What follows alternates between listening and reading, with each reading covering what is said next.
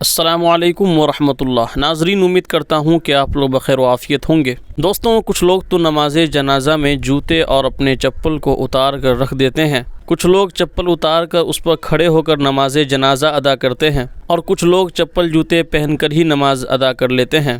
آخر کون سا طریقہ ان میں سے صحیح ہے اور کون سا غلط ہے؟ آج کی اس مختصر سی ویڈیو میں اسی بات کو ہم تفصیل سے سمجھنے کی کوشش کریں گے، اور اس سلسلے میں دارالعلوم دیوبند کا فتویٰ کیا ہے وہ بھی دیکھیں گے۔ چنانچہ دارالعلوم دیوبند سے کسی نے سوال کیا ہے، آپ اپنی اسکرین پر اس سوال کو دیکھ سکتے ہیں۔ سوال یہ ہے کہ نماز جنازہ میں بعض لوگ چپل پہن کر اور بعض لوگ چپل پاؤں سے نکال کر ان چپلوں پر کھڑے ہوتے ہیں، حالانکہ ان چپلوں کا استعمال بیت الخلاء کے لیے بھی کرتے ہیں۔ تو کیا اس طرح نماز پڑھنا درست ہے، یا چپل بالکل اتار کر علیحدہ رکھنے ضروری ہیں؟ بعض لوگ اپنی بات کو درست کرنے کے لیے یہ بھی کہتے ہیں کہ جب تک چپل پاؤں میں ہے تو چپل اور پاؤں میں اتصال قوی ہے، اور پاؤں نکال کر چپل پر رکھ لیں تو اتصال ضعیف ہے۔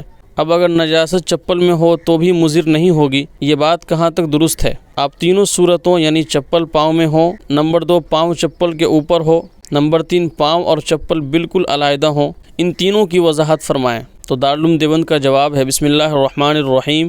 جوتا چپل پہن کر نماز جنازہ پڑھنے کی صورت میں پورا جوتا یا چپل اور جوتا چپل کی جگہ دونوں کا پاک ہونا ضروری ہے۔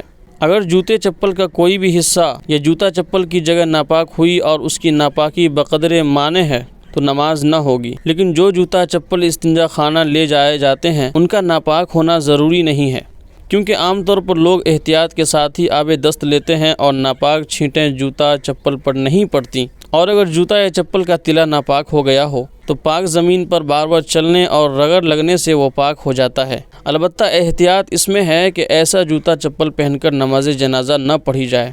نمبر 2، جب آدمی جوتا چپل پہن کر نماز پڑھے گا تو جسم کے کپڑوں کی طرح جوتا چپل انسان کے تابع ہوں گے، اس لیے جگہ کی طرح ان کا بھی پاک ہونا ضروری ہوگا، اور جوتا چپل پر کھڑے ہو کر نماز پڑھی جائے تو اس صورت میں جوتا چپل تابع نہ ہوں گے۔ نمبر 3، اگر کوئی شخص جوتا چپل اتار کر ان پر کھڑے ہو کر نماز پڑھے تو صرف جوتا چپل کے اس حصہ کا پاک ہونا کافی ہے جس پر آدمی کا پیر ہو، جگہ کا یا جوتا چپل کے تلے اور اطراف کا پاک ہونا ضروری نہیں۔ اور اگر جوتا چپل اتار کر زمین پر کھڑے ہو کر نماز پڑھی جائے تو صرف زمین کا پاک ہونا کافی ہو جائے گا۔ تو ناظرین، امید کرتا ہوں کہ آپ ان تینوں صورتوں کو اچھی طرح سمجھ گئے ہوں گے۔